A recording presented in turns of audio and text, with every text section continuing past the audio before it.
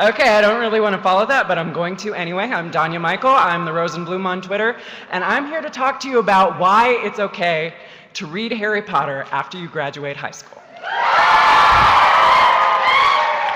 All right, so Albert Einstein said, if you want your children to be smart, read them fairy tales. If you want them to be even smarter, read them more fairy tales. So fairy tales and just made-up stories, more than any other kind of literature, better than self-help books or anything else, allow us to think outside the box. Since the beginning of time, humans have used fairy tales to explain all sorts of different things. We've used them to explain things we want our kids to learn, and that's supposed to say learn. But we want our kids to know not to talk to strangers, to be good about following directions, be nice to old people. So we tell them fairy tales. In case you can't tell, that's Little Red Riding Hood. We use them to explain things we don't understand, like why are there earthquakes? Because there's a god who's mad and he's spewing lava. Or why is there evil in the world? Because some girl opened a box, or because somebody else talked to a snake. We use fairy tales to explain what we wish the world were like, that good will always triumph over evil, or that love always will conquer everything, or that a handsome man with a mask will come lift us up onto his white horse and carry us away to safety. We use fairy tales and non-realistic narratives to talk about stuff that we're not really supposed to talk about. You know, politics, we don't like the government, money, religion, sex, all those things that could get us in trouble. Most importantly, we use fairy tales to talk about what scares us, whether it be being invaded by somebody from another country, the darkness within the human spirit, or, you know, something like getting eaten by a monster. Therefore, I maintain that reading fairy tales is totally acceptable for grown-ups. J.R.R. Tolkien, most beloved fantasy author of all time, was also a professor at Oxford. Guess what his classes were about?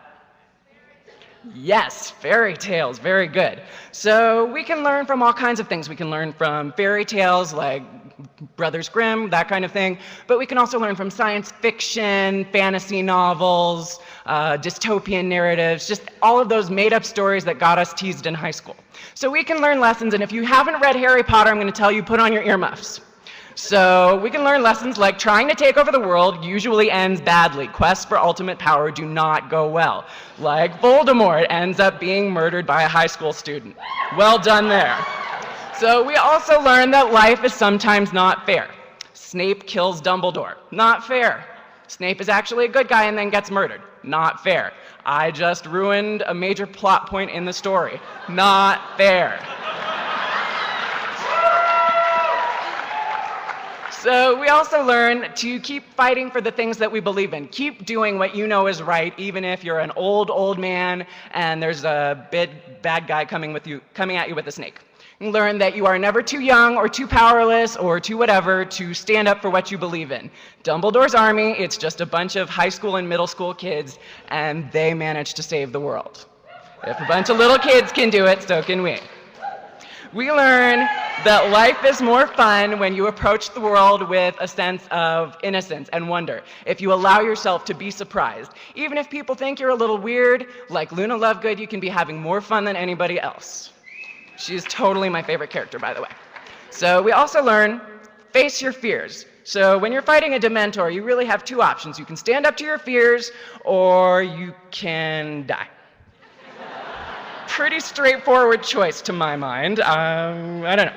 We also learn, don't judge a book by its cover, even if that cover says werewolf, like Remus Lupin, or accused murderer, like Sirius Black. They might end up becoming your favorite teacher, or who knows, your best friend. Thank you. Or your godfather. So, keeping with the werewolf theme, we learn to love who you love. Don't be afraid. The guy you fall in love with might be a werewolf. The girl you fall in love with might be your best friend's sister. If you're really friends, he'll understand.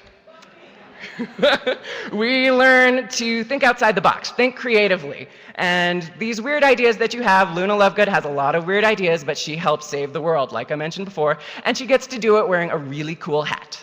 So if we can learn all of that from reading fairy tales and all of these silly books, who could possibly say that we're wasting our time? If we can discover all of these things, isn't that a pastime worth engaging in, especially for grown-ups who have all kinds of serious stuff to do?